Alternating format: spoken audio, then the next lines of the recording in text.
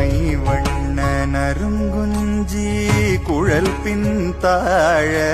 மகரம் சேர்குழையிரு பாடிலங்கியாட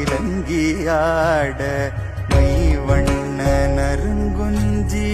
குழல் பின் தாழ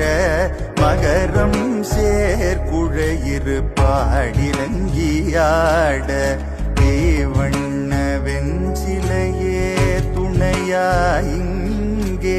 இருவராய் வந்தாரின் முன்னே நின்றார் கைவண்ணம் தாமரைவாய் கமலம் போல்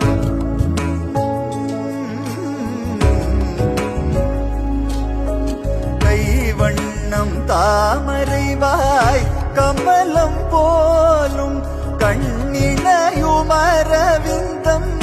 அடியும் மகுதே அவ்வண்ணத்தவ